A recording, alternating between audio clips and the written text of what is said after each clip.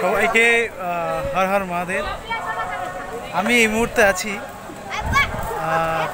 সব থেকে একটা গুরুত্বপূর্ণ জায়গা, হিন্দিতে বলা হয় কালোকে কাল, মহাকাল, এবং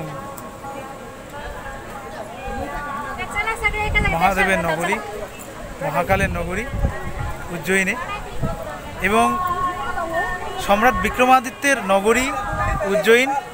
উজ্জয়িনের নাম অবশ্য পরে অবন্তিকা নাম হয়েছিল, অবন্তিকা থেকে উজ্জয়িনী হয়।